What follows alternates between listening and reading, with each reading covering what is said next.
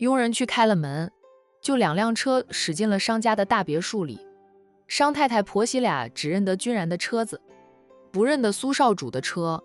不要说苏少主的车子了，连苏少主这个人他们都很少看得到。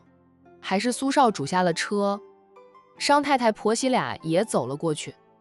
商太太才认出其中一个男人是苏少主。凤姨，下午好。苏少主看到商太太过来，笑容灿烂地向商太太打招呼。苏少主。商太太笑道，今天吹什么风呀？把苏少主吹了过来。稀客呀，稀客呀，苏少主快屋里请。凤姨不请我进屋，我也要厚着脸皮进屋讨杯水喝的。苏少主回身从车上抱下了那束要送给商小飞的鲜花。商小飞现在抱着的那束花是君然送的，他的行李箱君然也抢了个先。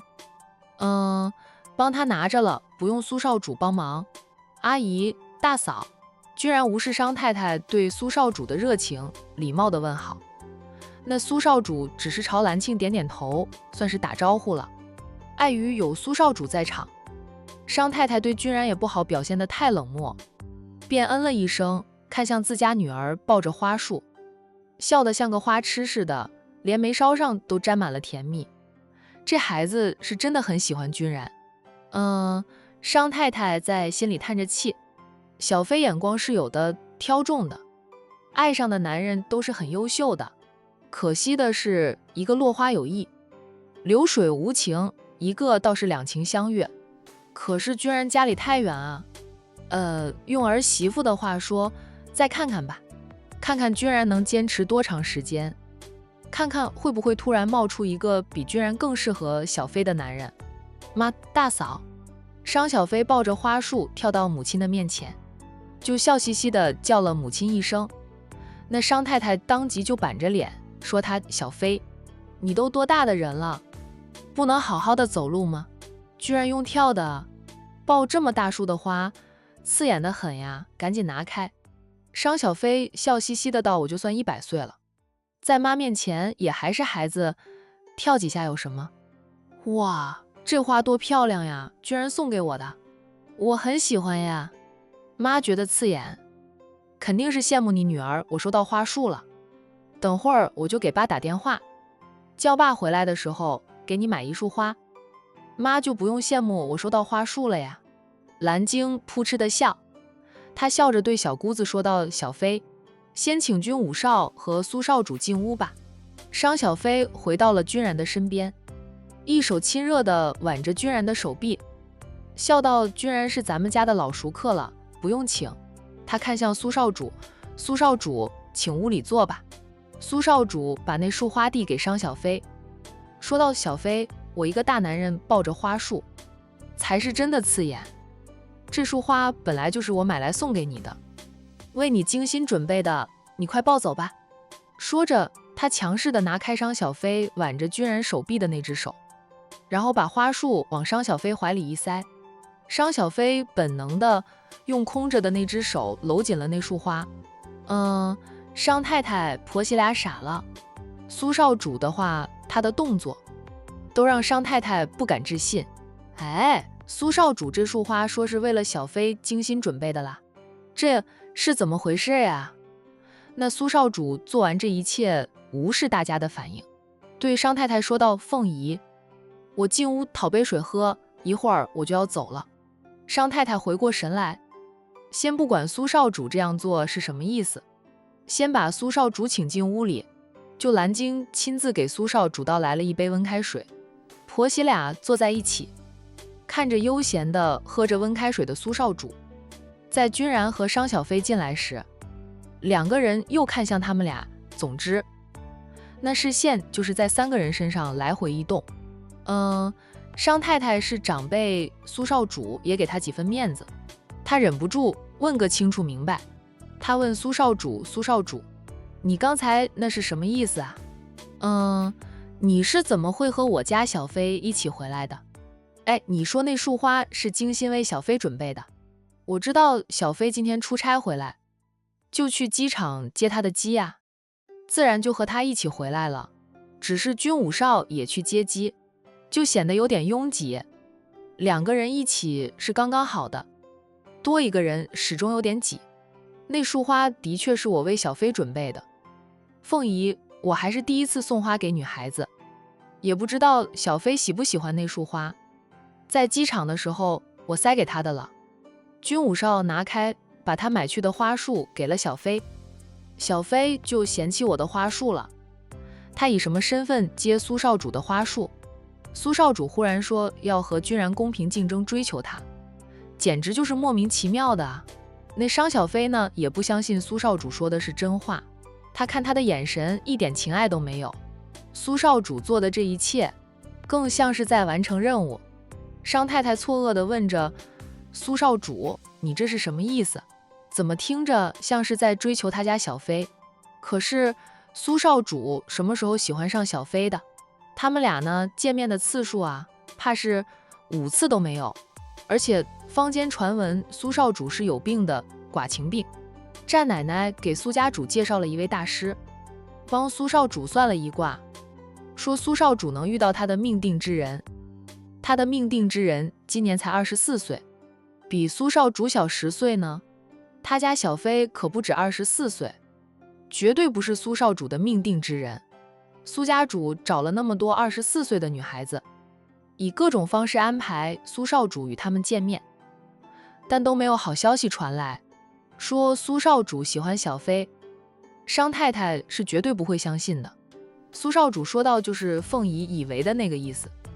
我想和军武少公平竞争，直白的说，就是我会成为军武少短期的情敌。他说了短期2个字，就让商太太明白苏少主不是来真的。哎，可是什么原因让苏少主要和君然公平竞争小飞呢？难道是被他老爸一天安排800场的相亲给整怕了，所以利用小飞当挡箭牌，而且还不用担心被小飞缠上，因为小飞现在深爱的人是君然，除非君然不要小飞了，否则小飞不会再放下一份感情。就他已经放下过一段不属于他的感情，受过了伤害。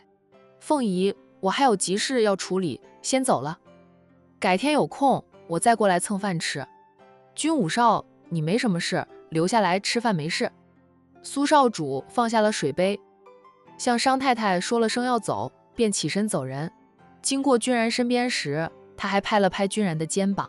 君然马上对商太太说道：“阿姨，我送苏少主出去。”他想弄清楚苏少主到底想做什么。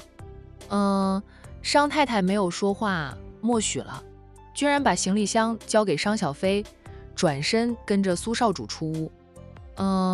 到了屋外，他问苏少主：“苏少主，我知道你不是真心要追求小飞，你能告诉我你这样做的原因吗？”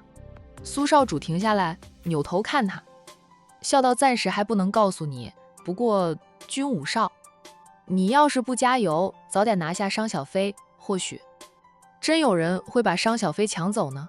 你要是能和他订婚，都不用担心了呀。”君然苦笑的道：“你以为我不想吗？阿凤固执得很，她始终不同意我和小飞。我和小飞也在努力着，就不管怎么样，我都不会放弃小飞的。苏少主，不管你是出于什么原因这样做，你带给我很大的压力啊。追个妻咋那么难呢？他就不能顺风顺水的把商小飞娶回家里去？还是羡慕苏南呀。苏南和沈小军就是顺风顺水的，一点波折都没有。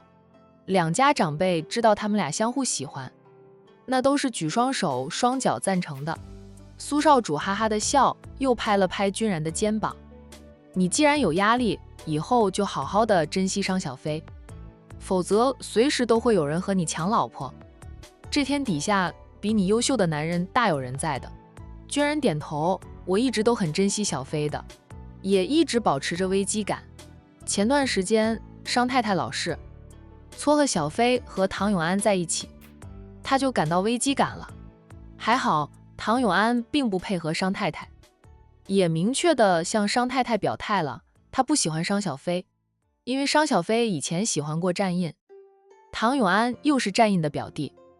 唐永安觉得和商小飞在一起，总觉得怪怪的，所以他说：他绝不可能和商小飞在一起的。这段时间呢，唐永安就没有被商太太拉出来和君然抢妻了。可能是商太太觉得唐永安实在是利用不起来，主动放弃了吧。苏少主笑道：“你加油，我还有事，先走了。今天的事，你能瞒着就帮我瞒着，千万不要让我家老头子知道呀，否则他带着天价彩礼登门提亲。你别怪我没有事先提醒你哈。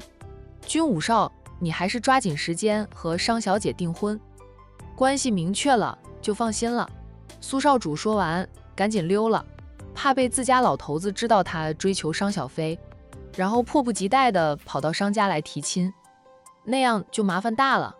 他瞒着这件事都不敢用自家的人。虽说他是苏家的少主，只要老头不管事，他就是王了。但是老头子一管事，他这个少主也没用手下那些精英们，还是呢更效忠于他家老头子呀。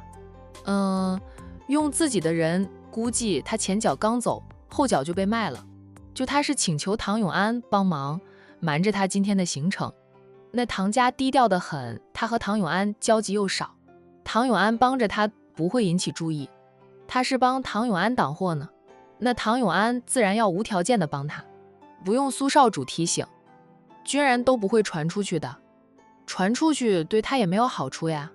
君然站在商家的别墅门口，目送着苏少主开车远去。等到他亲侄儿女百日宴，他会回去一趟，得向父母兄嫂求助一下，让他们出面帮帮忙了。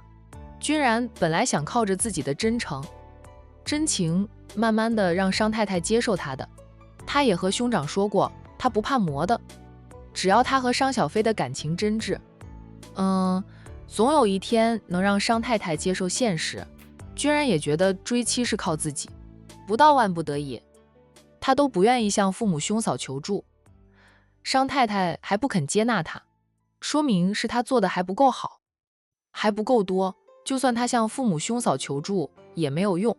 他想着，若是有一天父母兄嫂都来了管城，就是为了帮他向商家提亲的。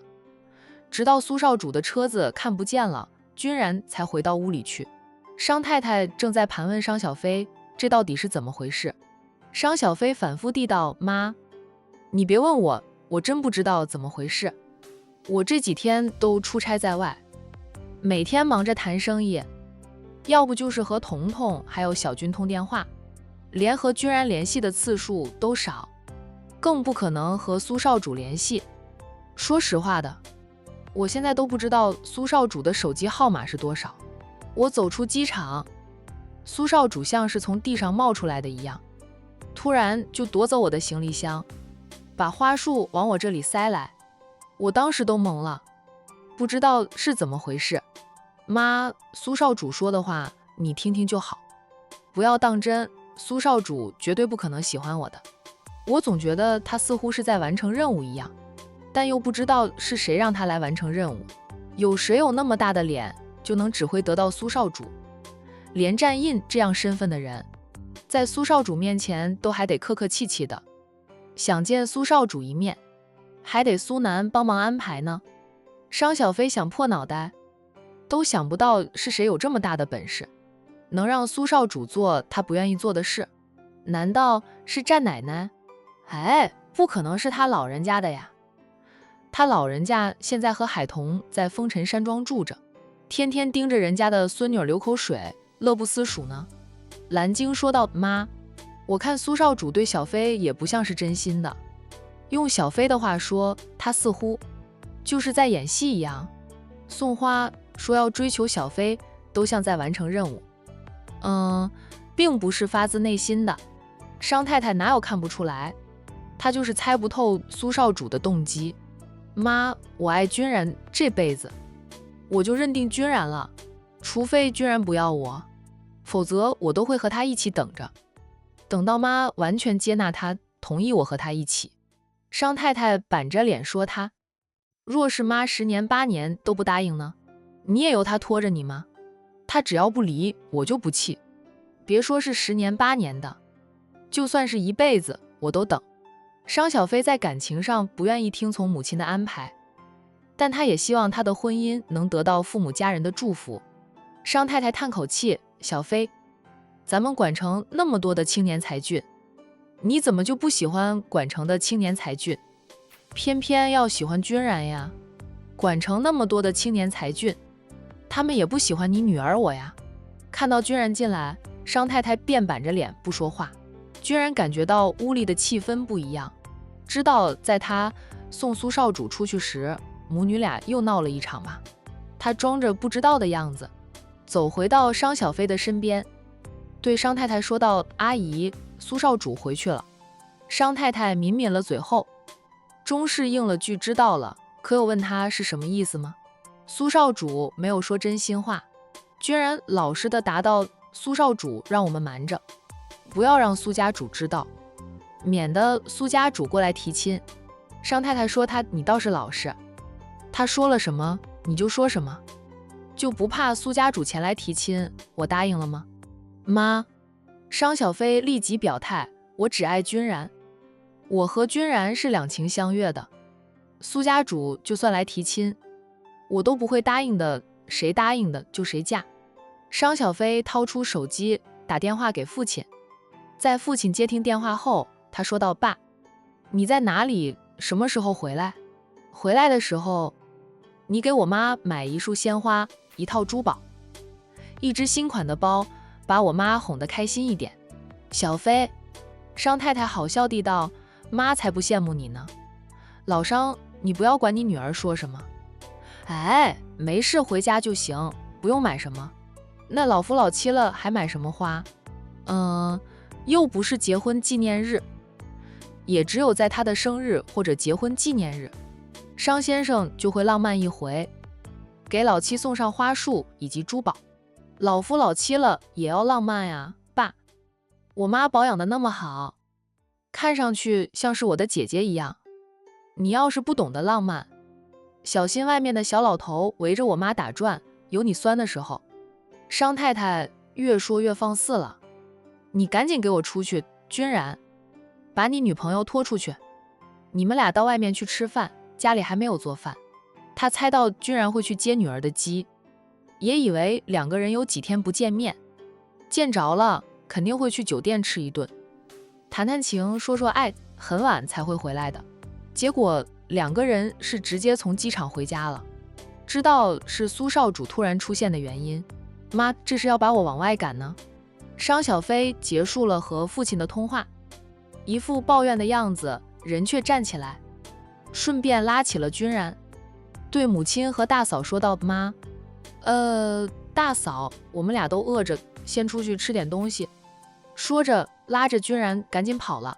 蓝鲸笑看着这一幕啊，从屋里出来，商小飞对身边的男人说道：“君然，不要管苏少主，他就是玩玩儿的，我不会喜欢他的，他也不会喜欢我，你别担心。”君然握紧他的手，低沉的道：“不管他是真心还是假意，小飞，我都不会放手的。”他说他不离，他便不弃。他都听到了，他也是，他不放弃他，他就不会离开他。就算他要放弃他，他也要努力的挽回。我妈说的话，你不用放在心上。我妈其实是很欣赏你的，她就是一时间转不过弯来。商小飞拉着他走向他的车子，替自己的母亲说话，担心因为母亲这么久的反对，会让君然对母亲生出怨气。君然笑道：“我不会怪阿姨的，阿姨是担心，是舍不得你，是我做的还不够多，还不够好。未能让阿姨放心的把你交给我，我会继续努力的。”两个人上了车，君然问他想去哪里吃饭，你带我去哪里吃，我就在那里吃。君然笑，他对他是100%的信任。他发动引致，把车开动。商小飞又说到吃完饭，陪我去一趟管城中学。海童和小军的书店最近都有开门。小军在家里无聊，菜场离市区又远，苏南不让他去菜场，那他呢便提前开了书店的门。沈小军这位苏家的国宝，为了打发时间，哪怕现在书店没有什么生意，他也要回去开门。就每天去其他人的店里串门聊天。好，苏南和苏少主是堂兄弟，关系好。或许苏南会知道苏少主为什么这样做的原因，只要苏南知道了，小军也会知道的。商小飞觉得不弄清楚苏少主的目的，他总是不能安心。这件事啊，苏南未必会知道。君然边开着车边说到这件事，苏少主未必会让苏南知道。你也不要直白地问沈小姐，就隐晦地问一下苏少主最近有什么动静就可以了。商小飞想了想，嗯着，也不知道是谁让苏少主跑来凑一脚的。君然深思了片刻后，说到唐先生好像有一段时间没有再露面，唐永安请不动苏少主的，连站印都请不动苏少主呢。唐永安哪有站印这么大的脸？商小飞明白君然的意思，立即就否定了。唐永安在管城过于低调，很多人都不认识他。他就算是唐家的少爷，是站印的亲表弟，也没有那么大的本事，让苏少主跑来插足他和君然的感情。也是，君然笑道，不管了，小飞，只要我们俩不变心，不上当受骗啊，10个苏少主来也没有用。我不担心苏少主，我是担心苏家主知道了，真跑到我家里来提亲，把我当成他家儿媳妇看待，我就真的是跳进黄河都洗不清。苏家主自从知道他的儿子患有寡情病后，为了治好儿子的病，那想让儿子成为真正的男人是变得特别疯狂。只要苏少主和各母的说话，苏家主都会以为那个母的就是儿子的救星，让苏少主哭笑不得。面对着疯狂想救儿子的老爹，苏少主连和80岁的老婆婆都不敢说一句话，就怕他爸把80岁的老婆婆安排与他相亲。只有小于5岁的女儿他敢看2眼，大于5岁的他都不看。因为有一次苏少主看到一个6、7岁的女儿长得特别可爱，多看了2眼，女儿看到他叫了他一声叔叔，他回给女儿微笑。不知道怎么的就让他爸爸知道了呢。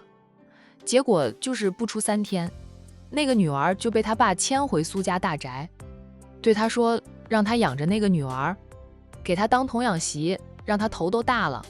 那个狗屁大师是说过他的，命定之女是叫他大叔的，因为2人年纪相差10岁，人家叫他大叔也说得过去。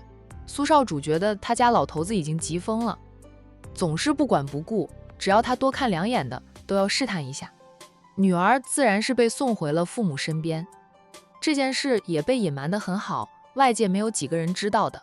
商小飞等人会听说，还是从沈小军那里听来的。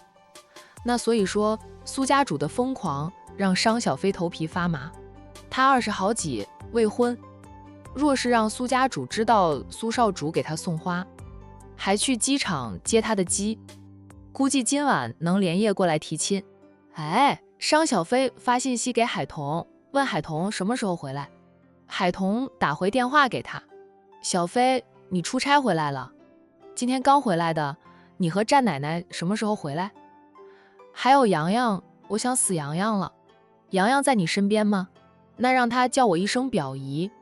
商小飞是真的很喜欢洋洋，每次听着洋洋奶声奶气的叫他表姨，他能融成一滩春水。海童笑道，他在外面玩呢，我在屋里，等会儿他回来了，我让他和你视频。生意谈好了吗？本来是他出差去谈生意的，他就被奶奶游说一番，就跟着奶奶跑了。那恰好呢，商小飞被母上大人撮合他和唐永安的事，烦透了，就独自跑去谈生意，以出差之名躲开，过了几天耳根清净的日子。洋洋跟谁玩，玩得那么欢，马上就开学了，要让他收收心了。别到时候上幼儿园，天天都哭闹着不想去幼儿园呢。商小飞打趣着，他母亲说他小时候就是那样，因为玩野了心，就不想上幼儿园，每天早上叫他起床上幼儿园，全家总动员轮番上阵，才能把他从床上捞起来。捞起来了还要哭闹不休，哭闹着不肯上幼儿园。商小飞自己没有印象了，不过父母以及2个兄长偶尔还会翻出来笑他，他就能想象到那画面。晴晴的养子龙庭，他和洋洋差不多大，2个人每天呢都是疯玩，玩得可开心了。商小飞笑道：怪不得了，平时洋洋就一个人玩，难得有个同龄人，自是玩得开心。生意上的事谈好了，合同我都签好带了回来，咱们的客户又多了几个，扩大的菜场就不用担心销路问题了。慕晴的2个孩子多大了？很可爱吧？2个多月了，很可爱。奶奶看到小妍，恨不得偷回家里养着呢。商小飞哈哈的笑，战奶奶从盼女儿到盼孙女都没有实现，现在盼着曾孙女呢。看到君然的侄女儿，我能想象得到战奶奶有多么喜欢君言了。就她也见过慕晴的那对龙凤胎，君然带她回过风尘山庄的。哎，君家现在都有几个小奶娃了，个个都很可爱呢。每次提及家里的侄儿女，君然都是满脸笑意的，看得出来他是很喜欢孩子的人。过2天我们就回去了。海童笑着，回去后一起吃饭再聊。好，商小飞爽快地应着。你现在开着车吗？海童听到了喇叭声，问了句。出去吃饭呢，我和君然一起。就回家后没有饭吃，被我妈赶出去吃。海童笑，那不正好？你们俩可以浪漫浪漫啊，我不打扰你们了，回头聊。好，海童主动结束了通话。洋洋和龙庭从屋外跑进来，一个在前，一个后，明显是玩着你追我赶的游戏啊。2个小家伙都玩得满头是汗，小脸蛋也红红的。跟着他们的2名保姆隔了2分钟才进来，他们是气喘吁吁的，估计追着2个小家伙跑了好一会儿。看到海童和慕晴正在给2个孩子擦着汗，2名保姆笑道：大少奶奶，2位小少爷跑得太快了，我们俩都追不上他们。海童帮外甥擦着汗，应着保姆，他们俩都在练着武功，脚力比同龄孩子好很多的，我都快要追不上他们俩。那他还会拳脚功夫呢。慕晴说道：我早就追不上龙庭了。那龙庭跟着老先生一起后，动作变得越来越快。当初答应让程玲玲带走龙庭是对的，老神医他们不会忽略龙庭的教育，又能教龙庭学功夫，强身健体，亦能保护自己。毕竟龙庭是背负着血海深仇的，他要是不学点厉害的功夫，那如何保护他自己以及他将来要保护的人？那其实慕晴是想让龙庭像个普通的孩子那样长大，过着平平凡凡的日子。但是知道龙庭的身世后，明白龙庭是不可能像普通人那样过着普通的日子的。就算龙庭不想走上复仇之路，害死他一家人的那些人，也不会放过他的。那些人现在都还在四处打听龙庭的下落。龙庭要不是命大，遇到了慕晴，被慕晴捡回家收为养子，又得到程玲玲的另眼看待，收为徒，跟着江湖传说中的那一批高人生活，估计龙庭都长不大。君家的势力啊，都很难护龙庭周全，与其将来任人宰割，还不如把龙庭培养成为文武双全的优秀之人，至少他有自保能力。靠人不如靠自己嘛。洋洋学功夫啊，学得怎么样啊？就慕晴问了句，知道洋洋是差点被抢走，海童夫妻俩才决定让洋洋学点功夫的。洋洋的资质一般般，只能练练强身健体。他老实说，他练到最好，也只能对付1、2个普通人而已。若真遇上真正的练家子，他是不成的呀。就我们也不指望他去参加武术比赛拿冠军的。只要他比一般人能打就行。小姨，我饿了。洋洋摸着小肚子，小姨，我想吃点信啊。龙庭也说，穆妈妈，我也想吃点信，还想喝牛奶。去洗了手，安安静静地坐上10分钟，才能吃点心，喝牛奶。龙婷呢哦了一声，她拉着洋洋去洗手，穆晴让保姆跟着去看，免得2个人洗手把衣服都给洗了。叶瑶哭了呀，穆晴边起身边说道，准是又饿了，每次醒来张嘴就哭，吃饱喝足了就踢被子。海童看向被老太太抱在怀里的君言，老人家一把年纪了，抱着个孩子也能抱上一整天都不放手的，因为他们准备回管城了。老太太就舍不得君言呀，连洋洋都不看了，一整天都盯着君言，要不就抱着君言。那叶君伯都害怕老太太会趁他们不注意，就抱着他的宝贝女儿回管城。老太太在穆晴去看儿子的时候，对穆晴说道，晴晴，你的女儿真的好乖巧，不管是醒来还是睡着都乖得很。穆晴抱起了哇哇哭的儿子，听了老太太的话，她笑道，战奶奶，你都抱着小妍一整天了，她怎么会哭？本来也是个不爱哭的娃，她敢说女儿的脾性绝对是像叶君伯的，更会青出于蓝，更胜于蓝。老太太笑，我和海童快要回管城了，回去后又不知道什么时候能看到小妍，可得好好的抱上一天啊，抱过瘾。以他老人家的年纪，估计不会再来风尘山庄的了，除非穆晴夫妻俩以后去管城时带着2个宝宝过去，否则他老人家都没什么机会再见到2个可爱的孩子。战奶奶，以后我要是去管城，就带上兄妹俩去看望你老人家。君然喜欢的人是商小飞，等到2个人成了夫妻，穆晴夫妻俩肯定要经常去管城。他和海童等人也聊得来，孩子大一点后，父母出门都会吵着要跟随。他觉得带孩子去看望战奶奶并不是件难事，他也能做到。老太太笑眯眯的道，到时候你要是带着2个玩过去，提前打电话给我，怕他老人家不在家里。穆晴点头，海童含笑看着他们说话，内心深处还是忍不住又叹口气，看到老人家那么喜欢君言，他是真的很想怀孕生个女儿，那样奶奶就不用羡慕君家有曾孙女了呀。可是呢，他到现在都还没有动静，不要说生女儿了，他连怀孕都没有。顺其自然吧。江城下午，战浩宇没有再出现在乔涵的面前，让他过了一个安静的下午。虽然他和战浩宇的名字已经挂在江城的热搜榜上了，不少认识的人呢都打电话给他的秘书求证这件事，只要不打到乔涵的手机上，就不会影响到他，他装着不知道。忙碌了一个下午，转眼便到了傍晚。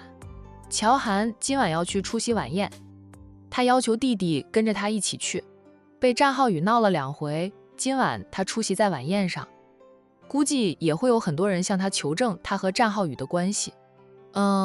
带着乔轩去，能帮忙解释解释，希望那个战浩宇不要出现在晚宴上呀。乔涵呢，看看时间，决定提前下班回家。他每次出席宴会都会在家里吃点东西，才会出门。在宴会上，他顶多就是喝2杯酒，一般是不会吃东西的，就是喝酒，他是喝他从家里带过去的名酒，这样做是为了安全。那给他下毒的人呢，或许不会有，但给他下药，想和他来个生米煮成熟饭的女人多了去。乔涵这样做主要就是防着那些爱慕者的，就江城上流社会这个圈子里，就所有人都知道他的习惯，在家里吃饱了再出门，又从自己家里带着酒去，那些爱慕者想算计他都无从下手呀。否则呢，以他的这个身份，高颜值气质好，早就被人扒光了。放下了签字笔，乔涵拿起放在桌子上的手机，起身边绕出办公桌边打电话给弟弟。乔轩很快就接听了电话，你在哪里啊？我下午都很老实的上班，当然在公司里。乔涵抿抿嘴后说到，等会儿跟着我一起出席今晚的晚宴。好。乔轩没有拒绝姐姐，他问着哥，现在下班回家。那我也下班了，我跟哥回去吃饭。姐弟俩平时都是各自住在他们名下的房子，不住一起，偶尔会一起回老宅。很多时候，乔轩会去姐姐家里蹭饭。姐姐的嘴巴挑，请的厨师烧的菜特别好吃。乔还没有再说什么，挂断了电话。走出办公室后，乔涵问了秘书战总没有在公司门口守着吧？战氏集团在江城这边虽有几家酒店，是归战浩宇管的。由于酒店运转正常，战浩宇这个总经理其实没什么重要的事情要处理，那样他就多的是时间。乔涵就不一样了，他是乔氏集团的当家总裁，每天都忙得团团转的，没有什么空闲的时间。想到战浩宇那张无赖的俊脸，乔涵心里都有点发怵，怕他又在公司门口摆下一大片的花海，公开说要追求他。上午他摆下的那片花海，媒体记者是没有拍到现场的照片，但由于当时很多人都看到了，那些人拍下来发到朋友圈，然后再被其他人传阅，传着传着就被娱记借去用了。现在热搜上的报道还有着那放大的图片呢，哇，红彤彤的一片，看得他火冒三丈。在娱记大幅度的报道他和战浩宇的八卦新闻时，乔涵并没有阻止。他知道无法阻止娱记们报道，因为战浩宇还会继续搞风搞雨的。既然瞒不住，牙不稳，又何必去做，浪费时间呢？反正他也脸皮厚，不怕别人的过度关注。没有，秘书恭敬地答道，我交代了保卫科的，只要战总来了，马上通知我。下午他就没有出现过。秘书摇头，没有。乔涵这才放下心来，他坐着电梯下到1楼，乔轩以及他的保镖在1楼等着他了。哥，乔轩笑着叫了他一声，保镖团则恭敬地叫着大少爷。乔涵微微地点了点头，便与弟弟一起走出办公大厦。乔总，一路而出，都有职员向姐弟俩问好。乔涵俊脸含微，都是微微点头。乔轩就笑眯眯的，不管是谁问好，他都向对方挥挥手，有时候还会停下来聊上几句话。乔氏集团的人都说，二少爷这比乔总平易近人。乔轩在公司里的人缘非常好。一行人出去后，2名前台忍不住又叹气。一名前台可惜得到乔总那么帅气，居然是同性恋，怪不得那么多的爱慕者，都没有人一个人能追到他的。原来乔总是喜欢男人的呀。他的同事立即提醒他，你小声点。让乔总听到，你就回家吃自己的吧。谁说乔总是同性恋了呀？是战总同性恋，战总喜欢我们乔总，公开追求我们乔总。对，是战总同性恋，还是很可惜啊。战总也很好看，好看的男人是同性恋，对他们女人来说是真的很可惜。